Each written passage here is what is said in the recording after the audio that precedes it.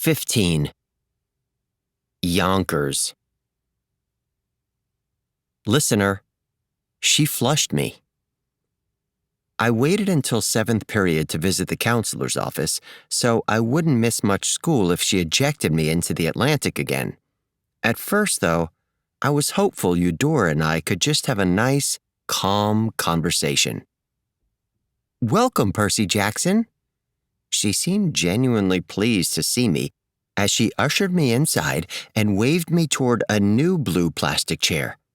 I wondered if she had a stack of them in the closet so she could grab a new one every time she flushed somebody through the floor.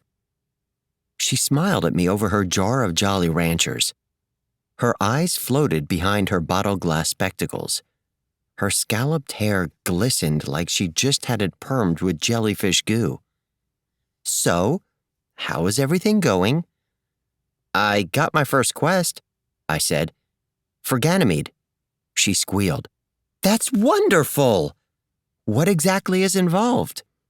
I gave her the details, but her gaze was so distracting, I mostly kept my eyes on the purple painting of Sicky Frog.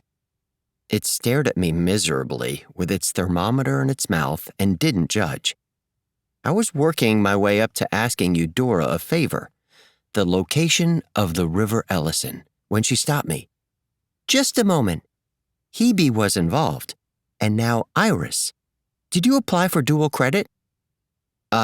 What? "Oh dear, if multiple gods are involved, you could have applied for dual credit. Hebe and Iris might have written you recommendation letters as well." "You mean I could have gotten all 3 rec letters from this one quest?" Eudora nudged her Jolly Rancher jar so it made a protective barrier between us. "Well, yes, but how about I apply for the dual credit thingy now? I could go back to Hebe." I mentally slapped myself. "Okay, maybe not Hebe, but I could go back to Iris." But you have to apply for the dual credit in advance. I'm afraid it's too late." I glared at Sicky Frog. I felt like punching it in the face, but since it was painted on a brick wall, I figured that might hurt me more than it did the frog. "Can't we make an exception?" I asked. "I mean, I did the work. I'm doing the work." Eudora rummaged through her brochures and pulled out the one for New Rome University. "No, you see? Right here. It says dual credit cannot be applied for after the fact."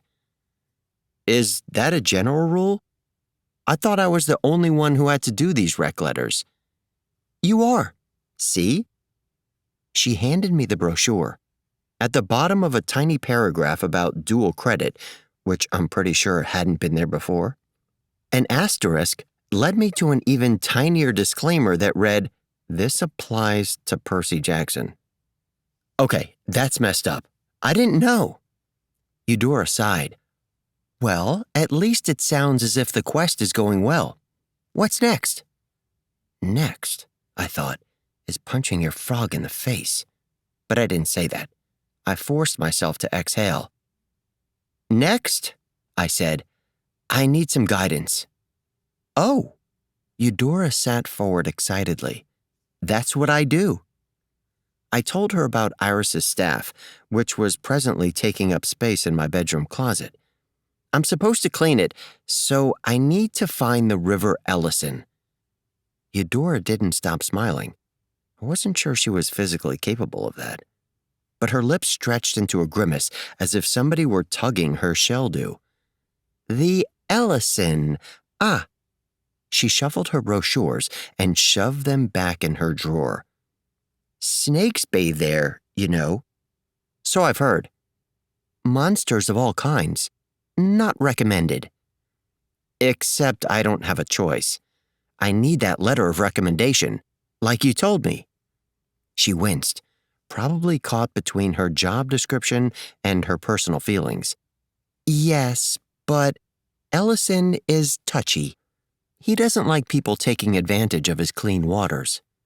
"He? You mean the god of the river?"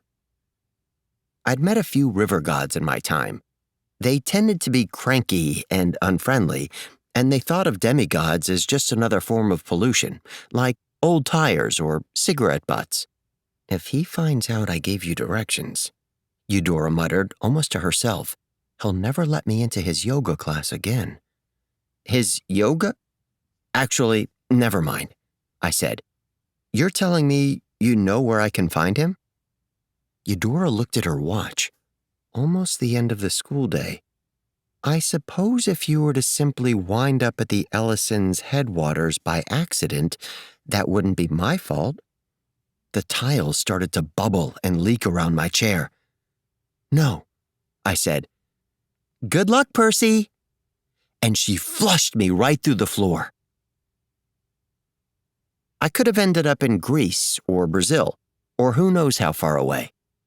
I was fortunate that I ended up in Yonkers instead, which is the first time in history the words fortunate and Yonkers have been used in the same sentence.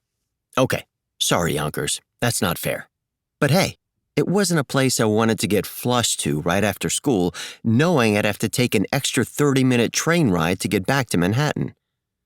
My blue plastic chair and I shot out of a drainage pipe, tumbled down a rocky slope, and splashed into a creek. I sat there for a second, dazed and bruised, cold water soaking into my pants. The first thing I noticed was the bottom of my overturned chair where a metal plate was inscribed. If found, please return to Eudora, Atlantic Ocean, refundable deposit, 1 golden drachma. Great.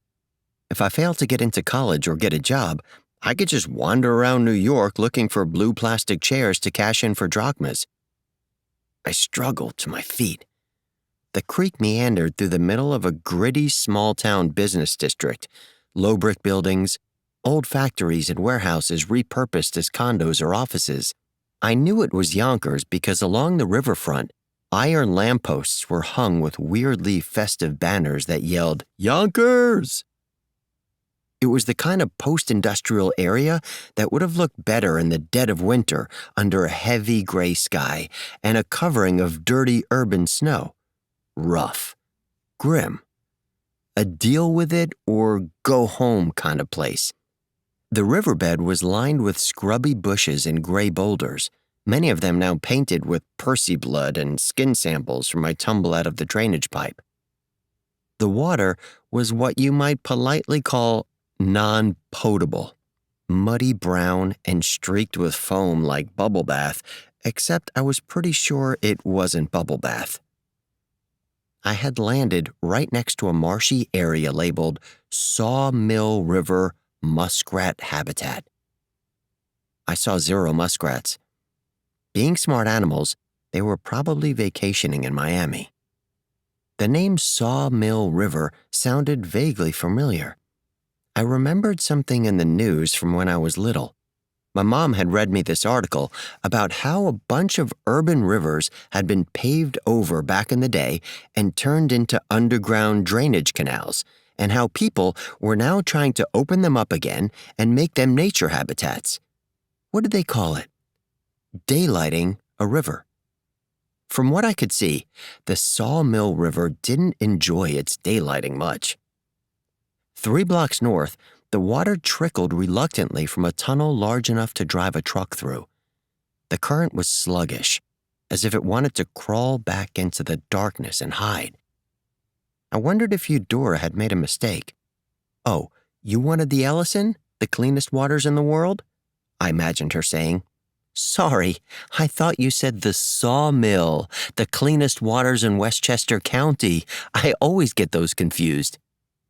Or maybe she'd intentionally flushed me off course to protect the Ellisons' location.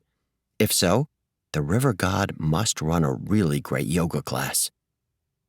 I waded upstream, slipping and stumbling over mossy rocks. My head was swiveling for monsters, or Yonkers police, or ill-tempered muskrats, but no one bothered me. About halfway to the tunnel, I caught my first whiff of putrid air from the entrance, like the breath of a sleeping giant who'd been living off moldy fish sandwiches. I doubled over and gagged. The smell did not make me think of the cleanest waters in the world. While I was hunched over, praying to the god of not vomiting, something floated by my foot. At first, I thought it was a ripped grocery bag, just a shred of milky translucent plastic. Then, I noticed the honeycomb pattern on the membrane, like scales, like the shed skin of a snake. That was super helpful for my nausea. Okay, Iris had told us that serpents bathed in the River Ellison. Maybe the water here was not so clean because I was wading through monster bathwater drain-off.